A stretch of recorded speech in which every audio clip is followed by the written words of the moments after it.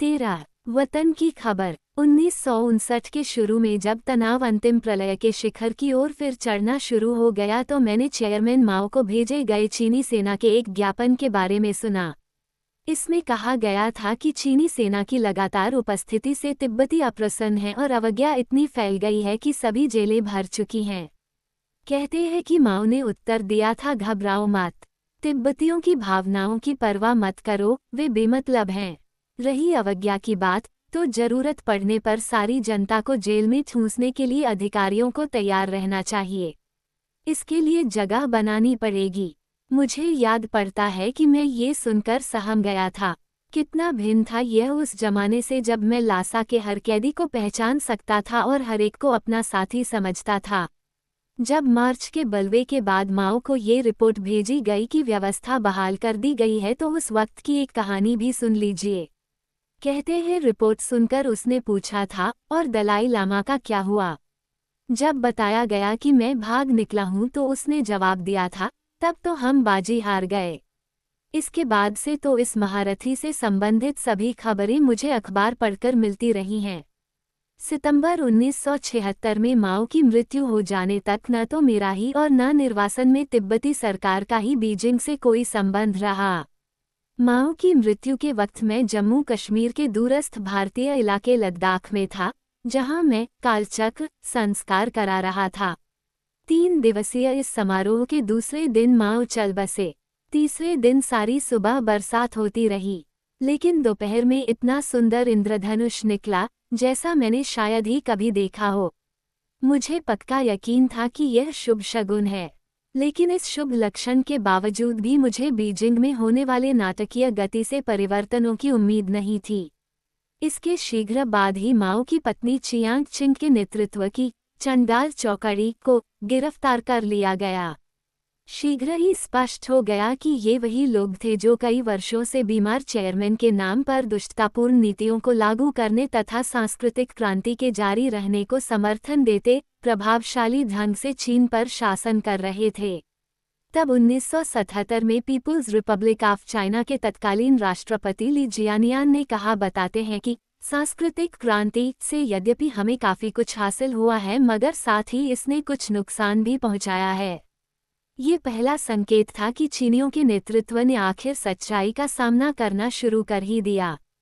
इसके बाद अप्रैल में नगाबो नावांग जिग्मे ने, जो पेचिंग प्रशासन में अब तक उच्च पद का सदस्य बन चुका था, तिब्बत के बारे में मेल मिलाप वाले बयान में सार्वजनिक घोषणा की कि चीन दलाई लामा तथा उसके अनुयायियों जो भारत भाग गए हैं उनके लौटने का स्वागत करेगा।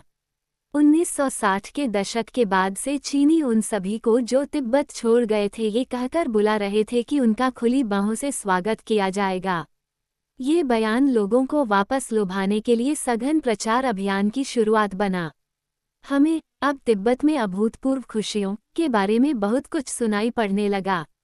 उसके शीघ्र बाद माओ के पदेन उत्तराधिकारी हुआ गुफेंग ने तिब्बती परंपराओं की बहाली की बात की और 20 साल में पहली बार बुजुर्गों को जोखाम के मंदिर की एक बार फिर परिक्रमा करने व राष्ट्रीय परिधान पहनने की अनुमति दी गई। सब कुछ बड़ा भला लग रहा था और लगा कि यही अंतिम उम्मीदजनक संकेत नहीं सिद्ध होगा। मुझे बहुत खुशी व हैरानी हुई जब 25 फरवरी 1978 को पंचेन लामा को कोई एक दशक बाद जेल से रिहा किया गया और उसके शीघ्र बाद हु याओबांग ने, जो उस वक्त प्रबल था, राष्ट्रपति ली जियानियान की सांस्कृतिक क्रांति की घोषणा में संशोधन करते हुए कहा कि सांस्कृतिक क्रांति पूरी तरह नकारात्मक अनुभव रहा है और इसने किसी भी तरह चीन का भला नहीं किया। सह असाधारण परिवर्तन लग रहा था, लेकिन फिर भी मैंने महसूस किया कि यदि चीनियों का सचमुच ही हृदय परिवर्तन हुआ है तो इसका सर्वोत्तम संकेत तिब्बत के प्रति असली खुलेपन से मिल जाएगा। इसलिए अपने 10 मार्च के वक्तव्य में जो तिब्बती जनता की राष्ट्रीय जनक्रांति की 19वीं वर्षगांठ पर दिया गया, मैंने चीनी अधिकारियों से कहा कि वे विदेशियों को बेरोक-टोक तिब्बत में आने जाने दें। मैंने ये भी सुझाव दिया कि अधिकृत तिब्बत के तिब्बती परिवारों को निर्वासन में तिब्बतियों से मिलने दिया जाए। मैंने महसूस किया कि जैसा कहा जा रहा है वैसे 60 लाख तिब्बती यदि सचमुच ही हमेशा से ज्यादा प्रसन्न समृद्ध है तो हमें बहस की क्या जरूरत है। लेकिन हम मानेंगे तभी जब हमें स्वयं जाकर इन बयानों की सच्चाई जानने का मौका दिया जाए।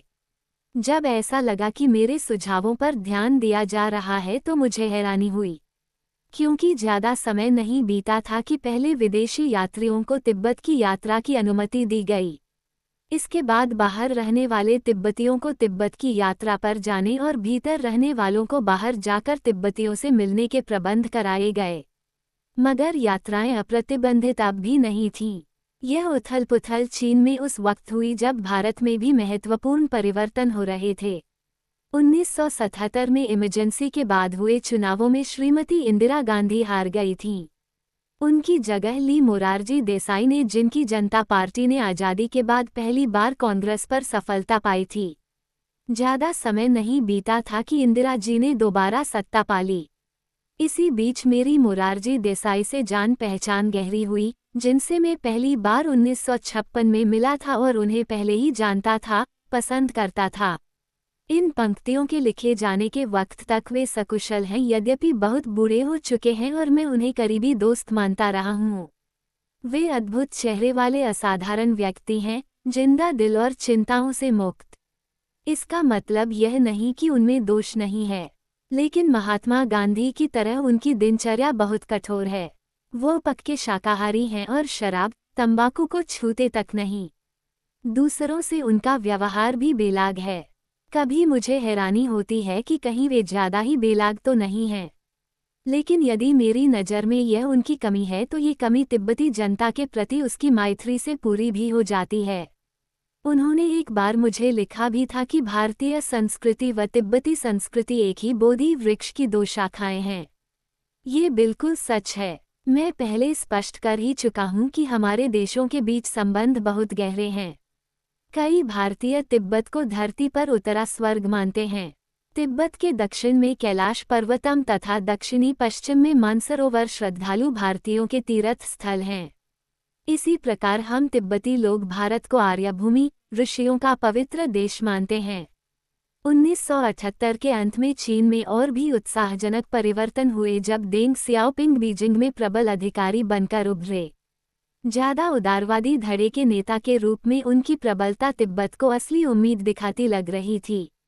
मैं ये हमेशा महसूस करता रहा था कि देंग शायद एक दिन अपने देश के लिए महान काम करेगा। जब मैं 1954-55 के दौरान चीन में था तो उनसे कई बार मिला और प्रभावित हुआ था। हमारी लंबी वार्ताएं कभी नहीं हुई थी, मगर मैंने उनके बारे में काफ़ी कुछ सुना था, जैसे कि वे महान योग्यता वाले व्यक्ति हैं और संकल्पी तो हैं ही। मुझे उनसे आखिरी बार मुलाकात की याद है जब मैंने उस छोटे से व्यक्ति को एक बड़ी आर्मचेयर में बैठे और आराम से मगर विधिपूर्वक संतरे छीलते देखा था। वह ज़्यादा नहीं बोल रहे थे, मगर स्पष्ट था कि कही हुई सब बातें सुन रहे थे। वे मुझे शाली व्यक्ति लगे। अब ऐसा लग रहा था मानो इन सभी गुणों के अतिरिक्त वे काफ़ी बुद्धिमान व्यक्ति भी हैं। वो कुछ एक उक्तियाँ भी छोड़ते जा रहे थे। तथ्यों में से सच्चाई को जानना महत्वपूर्ण है। जब तक बिल्ली चूहे पकड़ती है, तब तक क्या देखना कि यह काली है या सफ़ेद। जब आपका चेहरा भद्दा ही है, तो सुंदर होने का दिखावा करने का क्या फ़ायदा है। इसके अतिरिक्त नीतियों के संबंध में वह राजनीतिक विचारधारा और खोखले नारों के बजाय अर्थव्यवस्था और शिक्षा इत्यादि पर ज़्यादा चिंतित नजर आए। फिर नवंबर 1978 में 34 कैदियों को, जिनमें अधिकतर मेरे अपने प्रशासन के बड़े सदस्य थे, लासा में बड़े समारोह में सार्वजनिक रूप से रिहा किया गया। इन्हीं विद्रोही नेताओं में आखिरी समझा जा रहा था।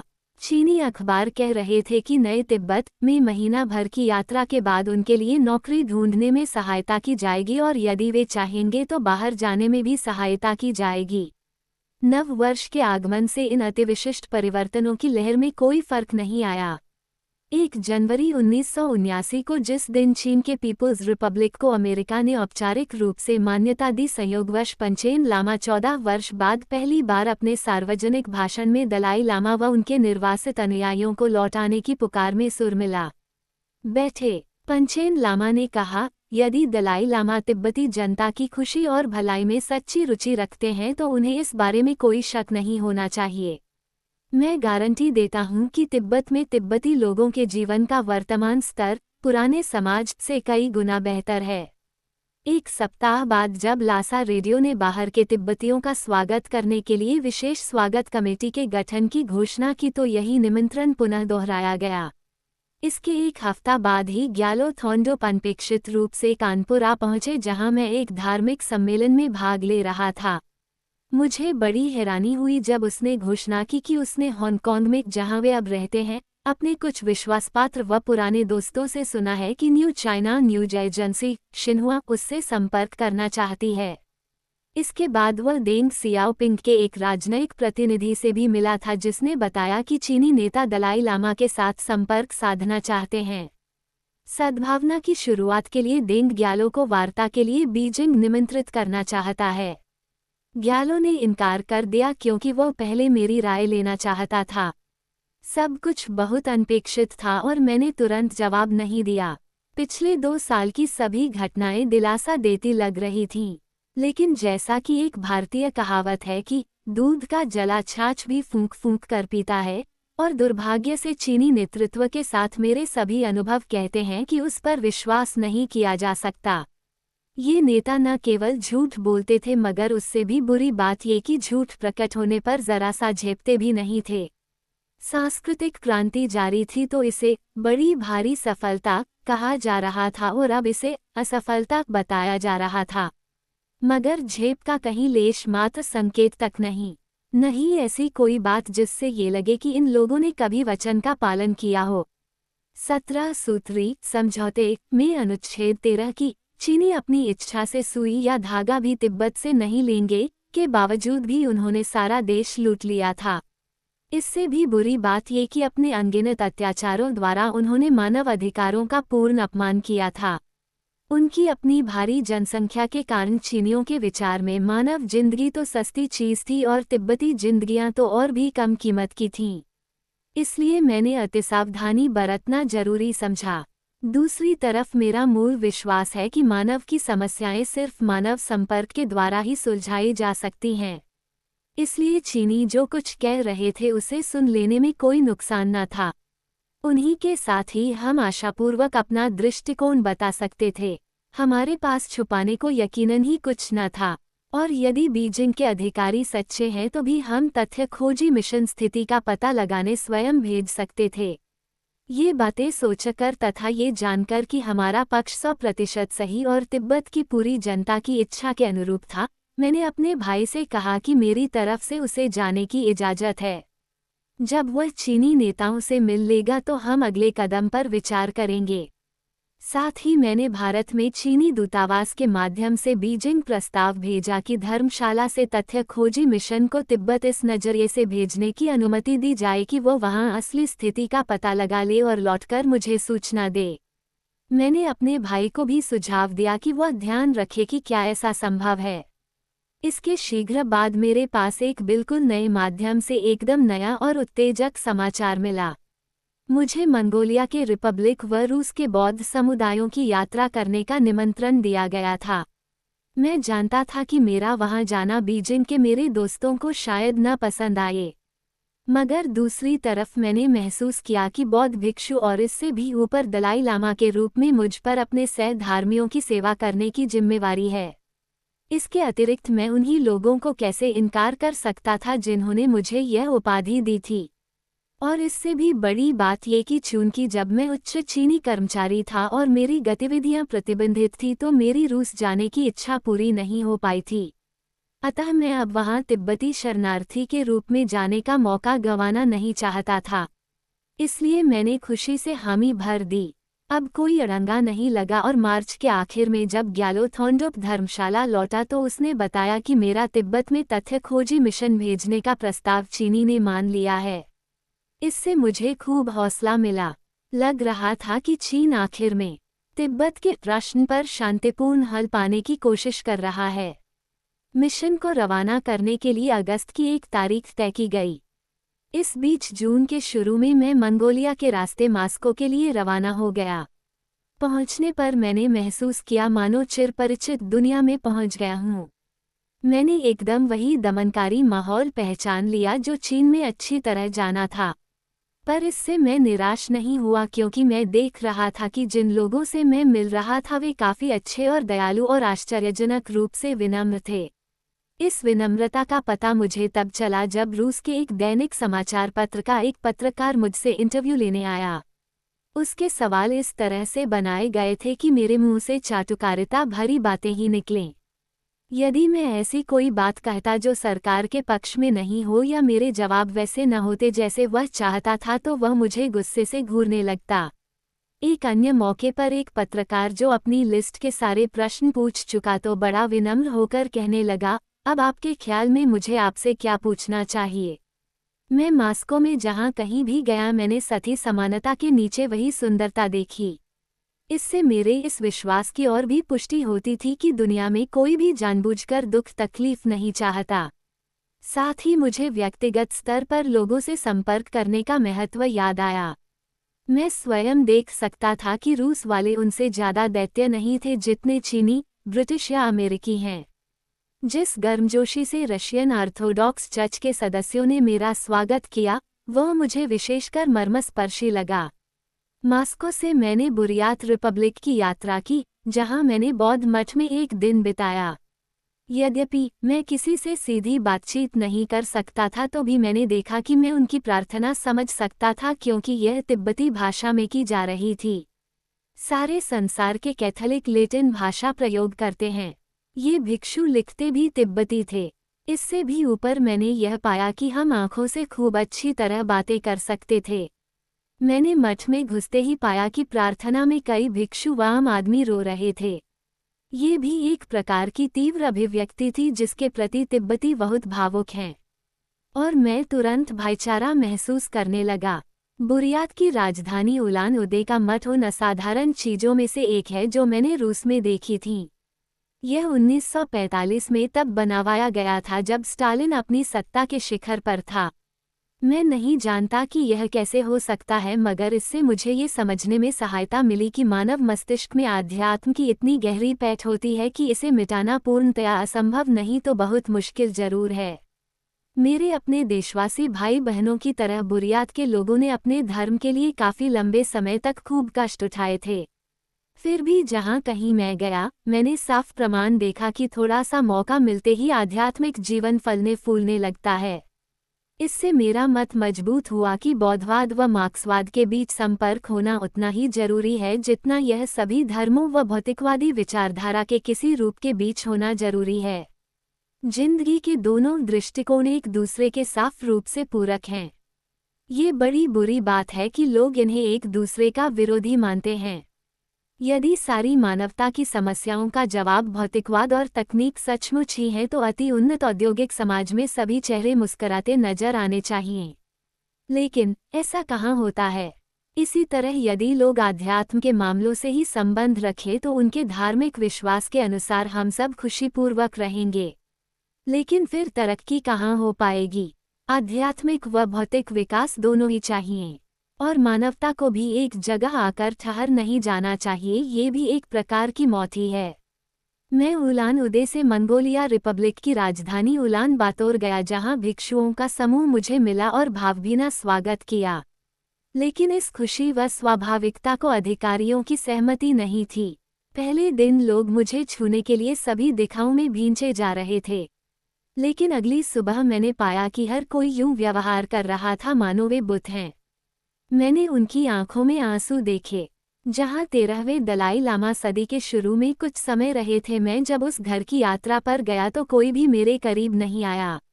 लेकिन बाद में एक आदमी किसी तरह अधिकारियों की चुपचाप अवहेलना करने में सफल हो गया।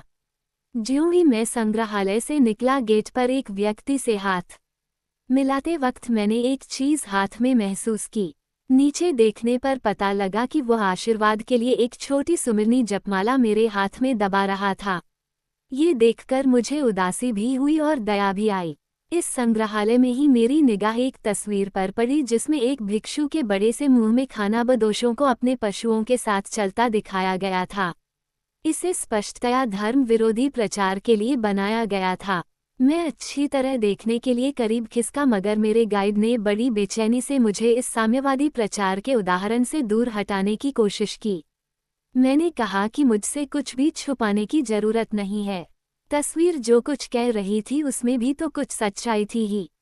अब तथ्यों को छुपाना भी क्या। जिस तरह इस बिंब ने दर्शाया था उस तरह हर धर्म नुकसान कर सकता है, जनता का शोषण कर सकता है। ये दोष धर्म का तो नहीं है बल्कि उनका है जो ये करते हैं।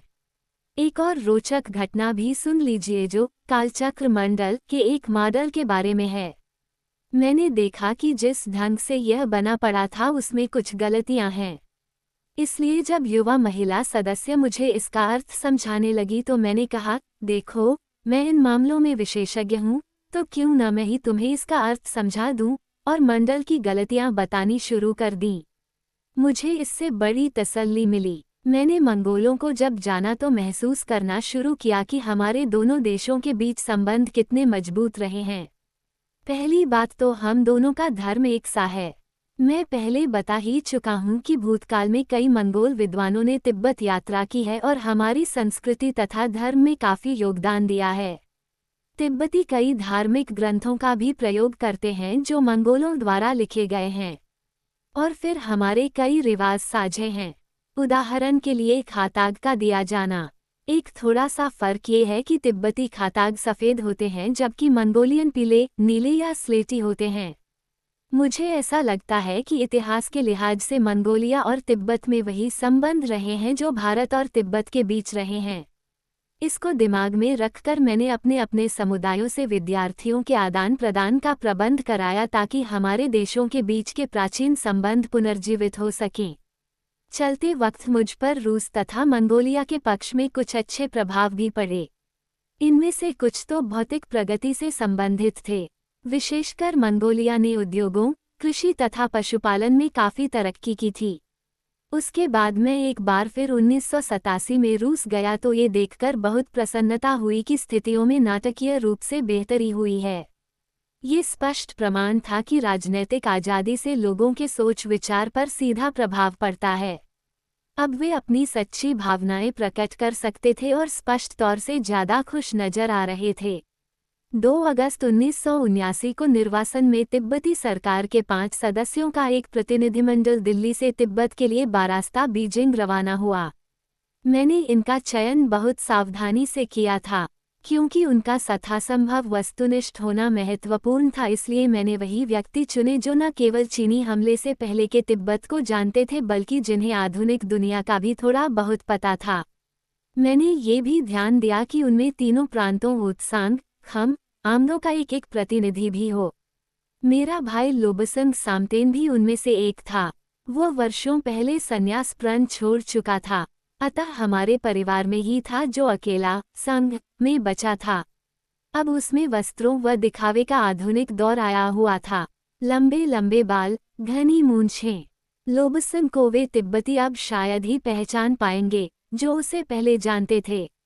10 वर्ष से ज़्यादा हो चुके और मैं अभी तक सही तरह नहीं जानता कि बीजिंग वाले हमारे प्रतिनिधिमंडल पर, नई तिब्बत पर कैसा प्रभाव पड़ने की उम्मीद कर रहे थे। मेरा ख्याल है कि वे आश्वस्त थे कि प्रतिनिधिमंडल को मातृभूमि में इतनी समृद्धि और संतुष्टि मिलेगी कि वे निर्वासन में रहने में कोई तुक न समझेंगे। और दरअसल इस भय से कि सही सोच वाले तिब्बती लोग कहीं प्रतिनिधिमंडल पर हमला न कर दें, चीनी अधिकारियों ने तिब्बतियों को समझाया था कि वे प्रतिनिधिमंडल के प्रति शिष्ट रहें।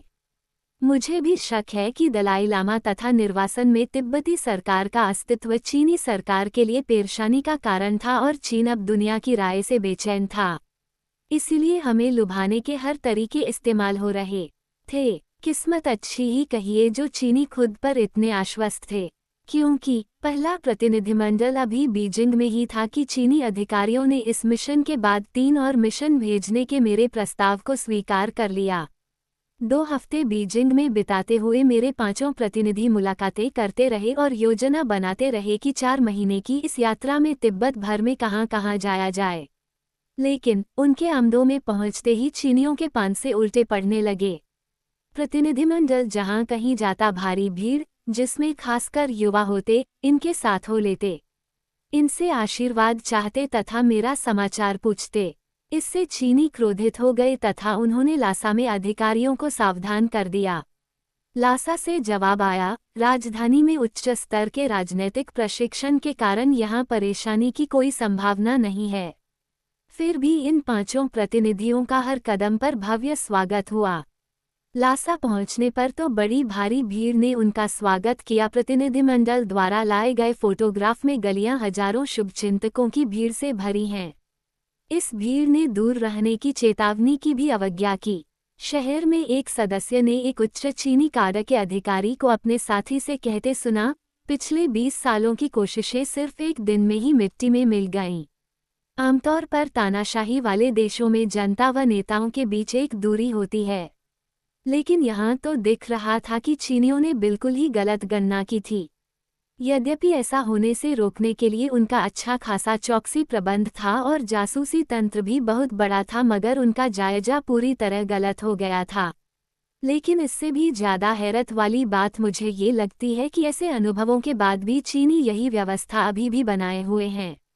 इसलिए उदाहरण के लिए चीनी कम्युनिस्ट पार्टी के महासचिव हु याओबांग और देंग के उत्तराधिकारी ने अगले वर्ष तिब्बत यात्रा की, तो उसे ऐसे गांव जो चीन जैसा ही था में ले जाया गया और पूरी तरह गुमराह किया गया। 1988 में मुझे बताया गया कि जब एक प्रमुख चीनी नेता ने लासा यात्रा की तो उसने एक बूढ़ी औरत से पूछा कि वह तिब्बत की वर्तमान हालात के बारे में क्या सोचती है। उसने रटी रटाई पार्टी लाइन दोहरा दी। वह इसे ही तिब्बतियों की सच्ची भावना समझ बैठा। ये तो वैसी ही बात हुई कि चीनी अधिकारी खुद को ही मूर्ख बनाना चाहते हैं।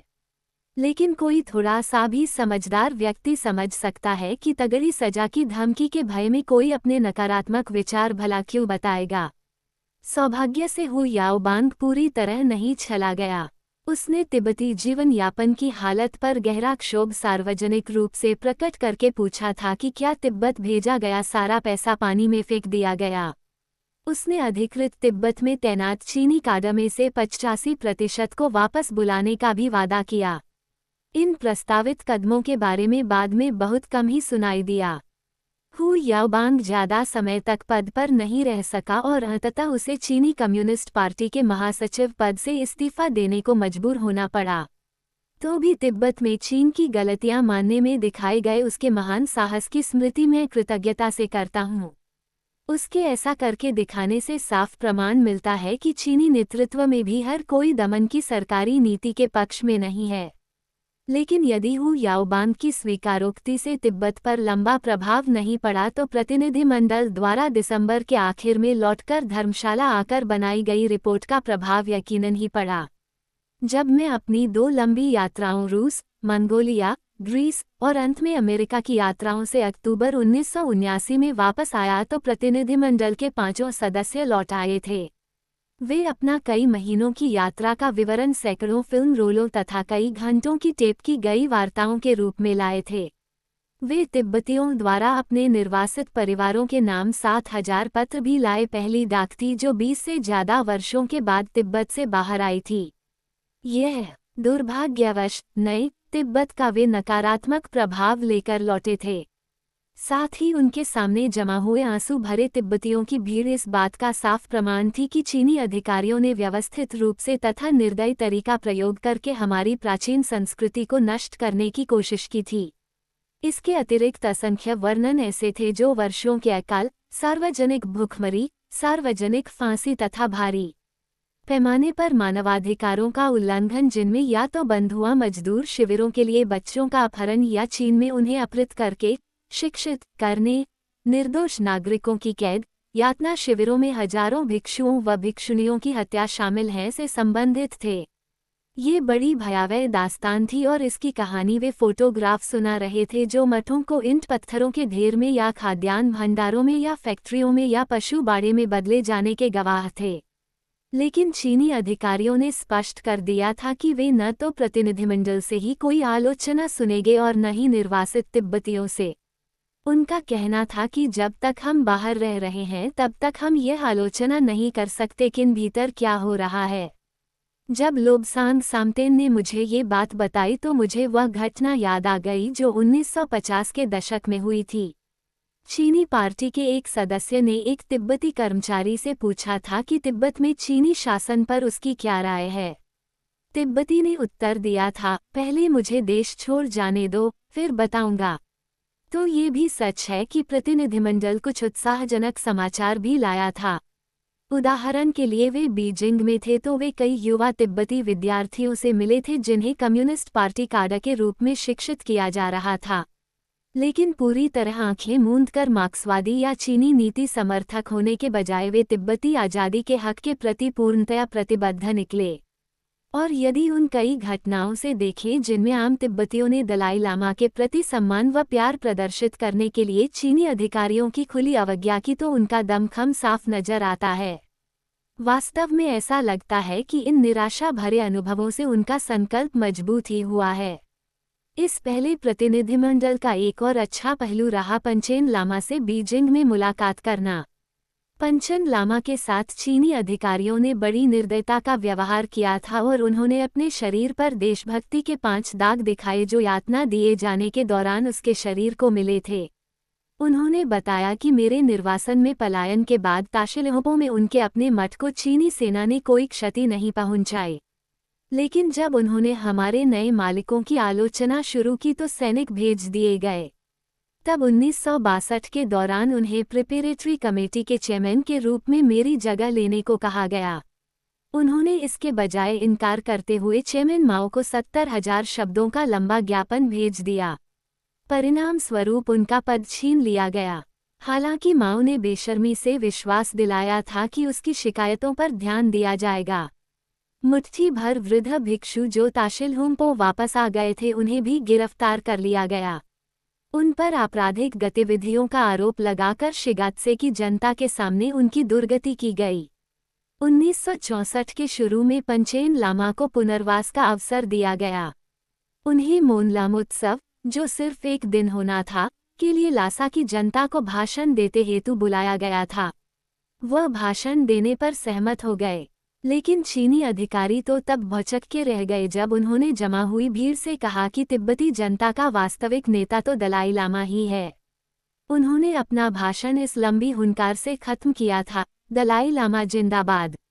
उन्हें फिर से गिरफ्तार कर लिया गया और 17 दिन के गुपचुप मुकदमे के बाद उन्हें परिदृश्य से गायब कर दिया गया। कई लोगों को शक था कि उनकी हत्या कर दी गई है, लेकिन बाद में पता चला था कि उन्हें पहले तो घर में नज़रबंद रखा गया, उसके बाद चीन की अधिकतम सुरक्षा वाली जेल में डाल दिया गया जहां उन्हें जबरदस्त यातना दी गई। हालात इतने कठोर थे कि उन्होंने कई बार आत्महत्या का प्रयास भी किया था। तो पंचेन लामा जिंदा थे और पहले से बेहतर, लेकिन प्रतिनिधिमंडल ने देखा कि स्वयं तिब्बत की हालत बहुत खराब थी। ये सच था कि अर्थव्यवस्था बदल गई और देश में हर चीज़ बहुतायत में थी, मगर इसका रत्ती भर फायदा भी तो तिब्बतियों को न था, क्योंकि सारी सुख सुविधाएं तिब्बत पर कब्जा जमाए चीनियों की झोली में थीं। उदाहरण के लिए जहां पहले एक भी कारखाना नहीं होता था वहां अब कई कारखाने थे, मगर इनका सारा उत्पादन चीन भेजा जा रहा था। और फैक्ट्रियों का योगदान भी वातावरण को दूषित करने के अतिरिक्त कुछ नज़र नहीं आ रहा था। यही बात पनबिजली संयंत्रों पर भी लागू होती थी। और फिर प्रत्येक शहर और कस्बे में जहां चीनी क्वार्टर बिजली से जगमगाते रहते थे, वहीं लासा के तिब्बती हिस्से में हर कमरे में अधिकतम 15 या 20 वाट रोशनी का बल्ब टिमटिमाता रहता। और ये भी उस वक्त दगा दे देते, खासकर सर्दियों में, जब इन पनबिजली घरों की बिजली बाकी के शहर में काफ़ी खपत वाली जगहों की तरफ मोड़ दी जाती। खेती के मामले भी चीनी जोर देते कि सर्दियों में पारंपरिक जौ की फसल के बजाय गेहूं बोया जाए। इसका कारण सिर्फ इतना सा था कि चीनी जौ के बजाय गेहूं खाते थे। परिणामस्वरूप 1-2 अच्छी फसलों के बाद एक लंबे समय तक अकाल पड़ा। नई सघन कृषि पद्धति के कारण हुए परिवर्तनों से तिब्बत की ऊपरी उपजाऊ भूमि की पतली परत उतर गई और मीलों लंबा रेगिस्तान बन गया। वन्य जीवन इत्यादि अन्य साधनों का भी इसी प्रकार शोषण किया गया। अनुमान लगाया गया था कि 1955 के बाद से लगभग 5 करोड़ वृक्ष काट गिराए गए हैं और लाखों एकड़ जगह से वनस्पति का नाम ही मिटा दिया गया है। पशुपालन में भी नाटकीय सुधार था। कई स्थानों पर तो पहले से 10 गुना पशु चरागाहों में बढ़ गए थे, मगर चरागाह उतने ही थे। लेकिन अन्य जगहों में अतिशोषण का मतलब था कि उस वातावरण में पशु चराना संभव ही न रहा था। परिणाम स्वरूप सारी पारिस्थिति असंतुलित हो चुकी थी। कभी उन्मुक्त घूमने वाले हिरण, क्यांग तथा ड्रांग गायब हो चुके थे और हंस बत्तखों के बड़े झुंड जो यहाँ की विशेषता थी, तो ढूंढे नजर नहीं आते थे। रही चिकित्सा की बात, अब ये स्पष्ट हो गया था कि वहाँ काफी संख्या में अस्पताल थे जैसा कि चीनी बता रहे थे। लेकिन ये भी पूरी तरह प्रवासी चीनियों की भलाई के लिए थे। और जब कभी चीनियों को खून की जरूरत होती, ये रक्त तिब्बती स्वयंसेवियों से लिया जाता। पहले की अपेक्षा स्कूल भी बहुत ज्यादा थे, लेकिन चीनियों को लाभ पहुंचाने के लिए शिक्षा प्रोग्राम बदल दिया गया था। उदाहरण के लिए पहले प्रतिनिधिमंडल ने कहानियां सुनी कि कैसे स्थानीय चीनी अधिकारियों ने केंद्रीय प्रशासन से ज्यादा पैसा पाने के लिए दावा किया था कि वे तिब्बतियों के लिए सुविधाओं में सुधार कर रहे हैं, और फिर इन पैसों से उन्होंने अपने बच्चों का भला कर लिया था। चीनी जो शिक्षा दे रहे थे वह अधिकतर चीनी भाषा में दी जा रही थी। प्रयास किया जा रहा था कि 15 वर्ष के भीतर तिब्बती भाषा का उन्मूलन कर दिया जाएगा। वास्तव में इनमें से कई स्कूल बच्चों के लिए लेबर कैंपों से ज्यादा कुछ न थे। जिनकी उचित दीक्षा शिक्षा हो रही थी, वे सिर्फ वो 1500 बच्चे थे जो एकता बढ़ाने के नाम पर जबरदस्ती चीनी संस्थानों में भेज दिए गए थे। मेरे प्रतिनिधियों ने पाया कि संचार के साधनों में नाटकीय सुधार आया हुआ है। प्रत्येक बस्ती को मिलाती, एक दूसरे को काटती सड़कें हैं। भारी ट्रकों समेत उन पर हजारों वाहन भी दौड़ रहे हैं, मगर सभी चीनी सरकार के हैं। आम तिब्बती बिना अनुमति इधर उधर नहीं जा सकता। मान लिया जाए कि पिछले दिनों में नियमों में कुछ ढील दी गई थी, मगर इस छूट का फायदा भी कितने उठा पाते हैं। इसी प्रकार उपभोक्ता वस्तुएं भी खूब थी, मगर मुट्ठी भर तिब्बतियों के अलावा खरीद तो कोई नहीं पाता था। बहुतायत जनता दयनीय गरीबी की हालत में जी रही थी। प्रतिनिधियों ने सुना कि पिछले दिनों तक कोटा इतना कम था कि जो राशन 30 दिनों के लिए होता था वह घसीटकर मुश्किल से ही 20 दिन चल पाता था। उसके बाद 10 दिन घास फूस खाए।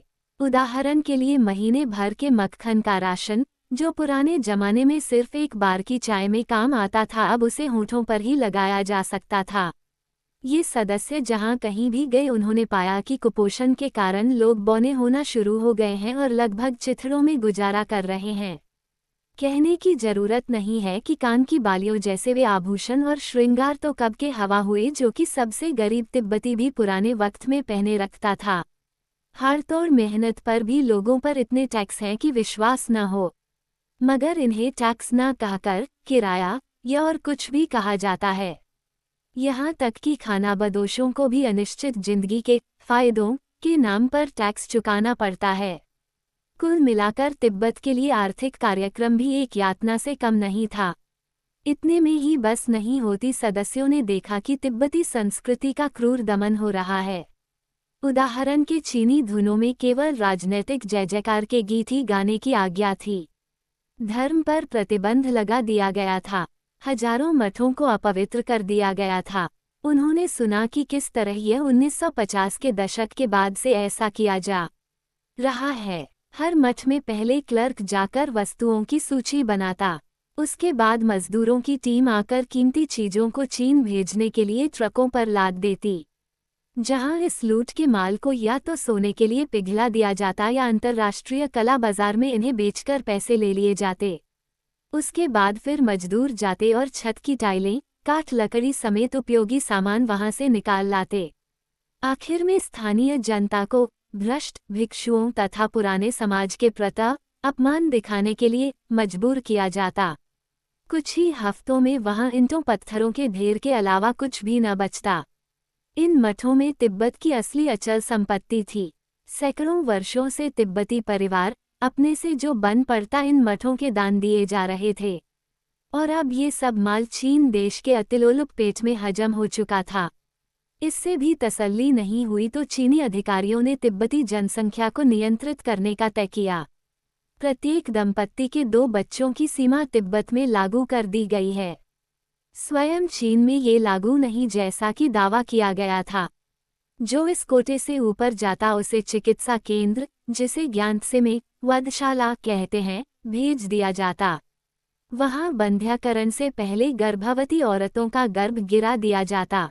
कई औरतों से अनिच्छा होते हुए भी जबरदस्ती गर्भ नियंत्रण कराया जा रहा था, क्योंकि पिछले दिनों तिब्बत से आई महिलाओं से पता चला कि उनके भीतर कापर IUD फिट था। और जब कभी लोग विद्रोह में उठ खड़े हुए, जैसा 1959 के बाद कई अवसरों पर हुआ है, तो गांव तहस नहस कर दिया जाता, निवासी कत्ल कर दिए जाते, दसियों हजारों जनता को जेल में ढूंढ दिया जाता।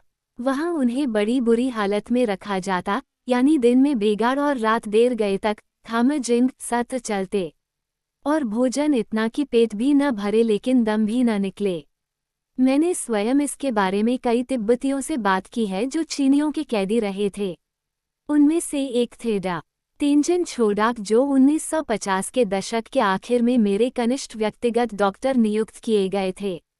जब पहला तथ्य खोजी मिशन बीजिंग गया तो मैंने प्रार्थना की थी कि वे वहां अधिकारियों से उसे रिहा करने तथा निर्वासन में मेरे साथ शामिल होने देने को कहें। शुरू में कोई बात नहीं बनी, मगर 1 वर्ष बाद उसे आखिरकार रिहा किया गया और चोदराक 1980 के आखिर में मेरे पास धर्मशाला आए। अपने साथ क्रूरता व अपमान की जो दास्तान वे लाए थे वह लगभग अविश्वसनीय लगती थी। इन पिछले 20 वर्षों में वो कई बार भूख के कारण मौत के मुंह में जाते जाते बचे थे।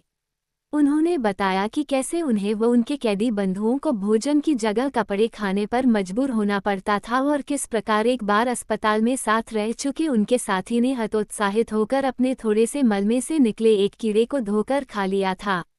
मैं इनमें से एक भी बात अकारण नहीं दोहरा रहा।